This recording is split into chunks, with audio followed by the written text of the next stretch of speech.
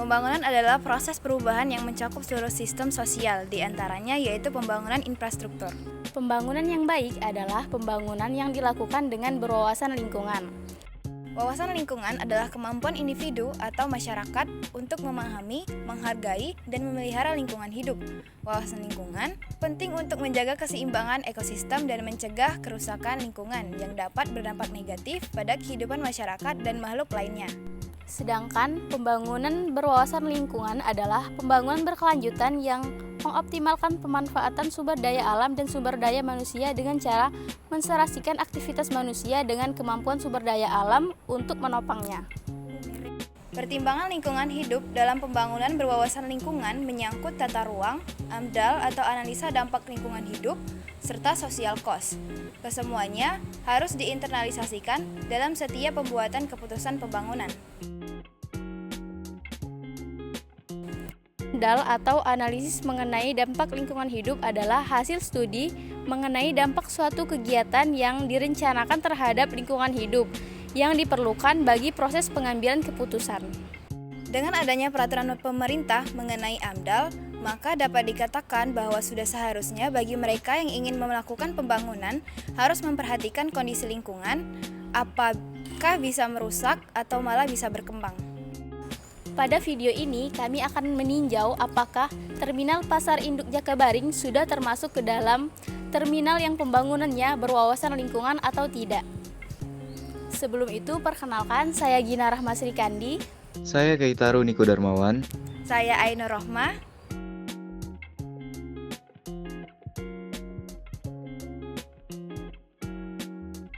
Terminal adalah salah satu komponen dari sistem transportasi yang mempunyai fungsi utama sebagai tempat pemberhentian sementara kendaraan umum untuk menaikkan dan menurunkan penumpang dan barang hingga ke tujuan akhir suatu perjalanan. Terminal Induk Pasar Jakabaring ini juga melayani untuk mode transportasi yang bertujuan sebagai kebutuhan logistik, kebutuhan pengiriman barang, kargo, dan kirim kendaraan bermotor. Baiklah, di sini kami akan mewawancari narasumber yang berbeda. Yang pertama adalah pengguna, yang kedua adalah pedagang, yang ketiga adalah petugas. Baik, saya akan mulai wawancara kepada petugas di Terminal Jakabaring ini. Mohon maaf, Bapak, sebelumnya boleh tahu nama Bapak siapa? Dedi Kurnia. Baiklah, kami di sini dengan Bapak Dedi. Bapak Dedi di sini sebagai seorang petugas di terminal. Kemudian kalau boleh tahu Pak, Bapak sudah berapa lama bekerja di terminal? Kalau di terminal ini kurang lebih sekitar 6 tahun lah kalau di terminal Jakabaring ini. 6 tahun ternyata guys. Menurut Bapak, keamanan di sini bagaimana ya Pak? Apakah sudah aman atau masih sering terjadi kejahatan di daerah sini atau gimana? Alhamdulillah kalau saat ini belum ada yang begitu kriminal yang berat itu belum ditemukan lah. Kalau yang ringan-ringan mungkin ada lah yang kejahatan ringan itu karena ini kelengahan dari pengunjung baik pun pengguna terminal. Apakah jumlah kendaraan yang disediakan mencukupi kapasitas penumpang yang ada di terminal ini, Pak? Ya, cukup mencukupi baik dari Damri maupun dari feeder, terus dari AKDP kita kayaknya lancar-lancar lah. Apalagi kemarin untuk mendekati Lebaran bisa tercover kayaknya. Menurut Bapak, bagaimana sih kebersihan di daerah terminal ini? Ya kalau kebersihan ini kita bekerja sama dengan tokoh-tokoh masyarakat di sini ya, untuk masalah kebersihan ini kadang mobil sampahnya itulah yang terkendala itu. Kadang karena armadanya mungkin kurang, jadi kadang-kadang masuknya itu sudah siang baru diangkat sampahnya. Tapi sudah dikumpulkan tinggal diangkat. Itu paling kendala. Pengangkatan sampah itu sering telat. Apakah fasilitas di sini sudah lengkap atau belum, Pak?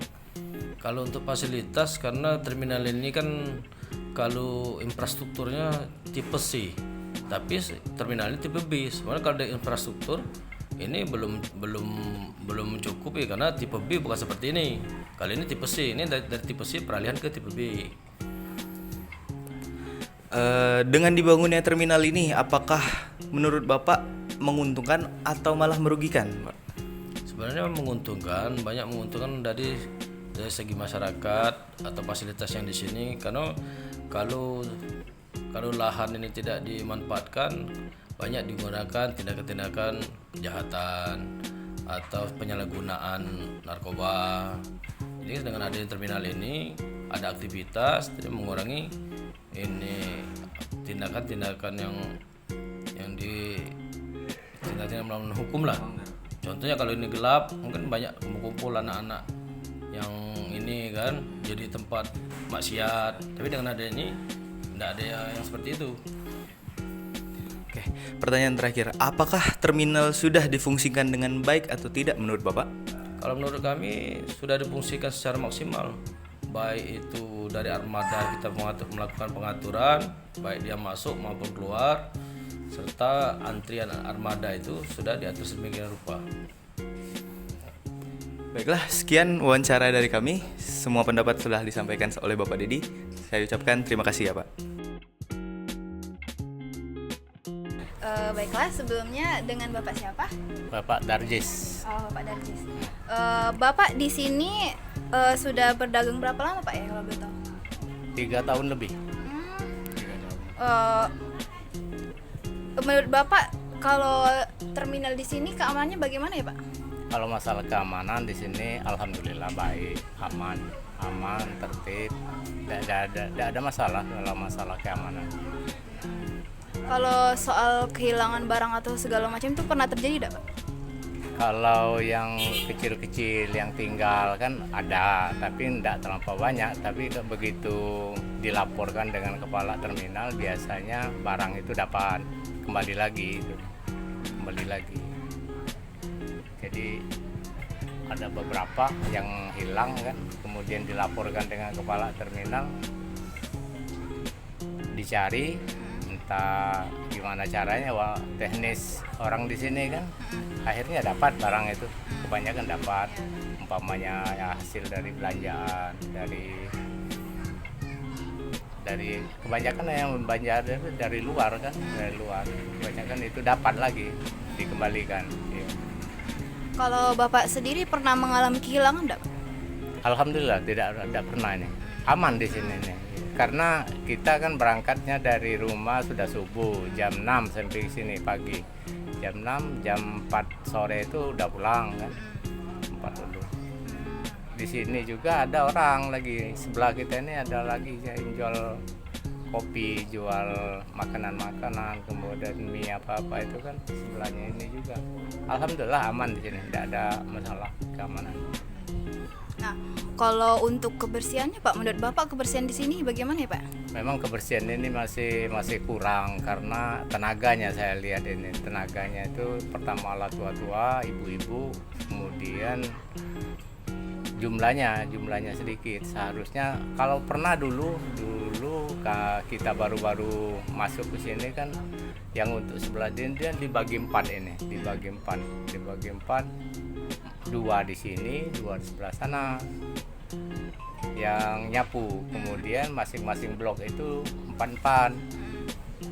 Jadi 4 kali 4 16 berarti kan, 16 orang. Nah sekarang ini saya lihat ini agak kurang, ini tinggal berapa, 4 orang, 2 laki-laki 2 perempuan. Itu kelihatannya kurang tenaga itu, karena di sini kan dari pagi sampai sore dia nih, mobil, kemudian masyarakat, pengunjung lainnya, sehingga kebanyakan. Nah yang kedua, di sini belum disediakannya kotak sampah yang resmi. Nah kotak sampah resmi, kalau ada kotak sampah resmi itu kan masyarakat kita ini kadang-kadang mulai sadar, jangan keranjang itu aja kadang-kadang tidak banyak. Seharusnya masing-masing warung itu ini kan keranjang atau kotak yang bagusnya kotak sampah. Iya. Kemudian aliran air dari sini, aliran air itu kurang lancar. Lebih lagi dari WC itu ke sana arah ke musola di sana tidak lancar ya. Jadi ngalirnya itu banyak ngalir ke jalan ya, bukan ke parit ya, itu. Iya. Oh, kalau untuk fasilitas yang ada di terminal ini menurut Bapak ini udah lengkap atau belum ya Pak? Fasilitas gimana maksudnya? Fasilitas kayak WC, musola, atau tempat-tempat duduk untuk nunggu. Oh, kalau yang itu udah lengkap itu. Musola ada, masjid ada, masalah WC itu ada 2 di sini, ada sebelah sini kan ada di sebelah sana. Musolanya juga besar itu musolanya. Tinggal jemaahnya aja nih. Kalau musolanya besar, banyak kan. Kalau menurut Bapak nih, terminal di sini tuh menguntungkan Bapak atau malah merugikan ya Pak? Ya kalau kita ini namanya kita pedagang kan, kalau kita rasa ya saya anggap menguntungkan lah. Iya, karena kalau kita dagang itu kalau kita rasanya dapat itu ya kita dijualan, dagang. Kalau tidak, kalau keadaannya sepi kita istirahat dulu kan gitu. Tapi yang lain-lain juga pedagang yang setiap harinya sayur apa-apa itu saya lihat maju bagus itu karena dia ini terbagi. Ada pasar induk itu jualnya itu apa bukan ngecer kan, blokan dia. Di sana ini terminal ini kalau jam 7 malam itulah mulai, tapi bukan di sini, yang di depan itu 7 malam itu sampai ke 7 pagi. Nah di dalam ini retail ini semua barang ada ya.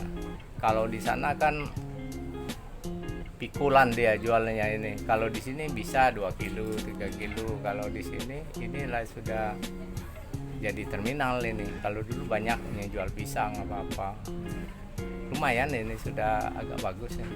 Nah. Berarti ini terminal ini sudah lebih baik dari yang sebelum-sebelumnya ya Pak? Kalau yang sebelumnya saya kurang, ya saya katakan lebih baik yang sekarang ini, karena kalau dulunya kan ini plastik atap di ini ya, plastik diikat-ikat aja, tapi sekarang ini udah rapi, labu guyur rapi. Tinggal tadi yang kebersihannya itu masalah air, pengaliran air, pembuangan air itu yang kurang lancar sekarang ya. Nah, kalau menurut Bapak terminal ini sudah difungsikan dengan benar atau belum ya Pak?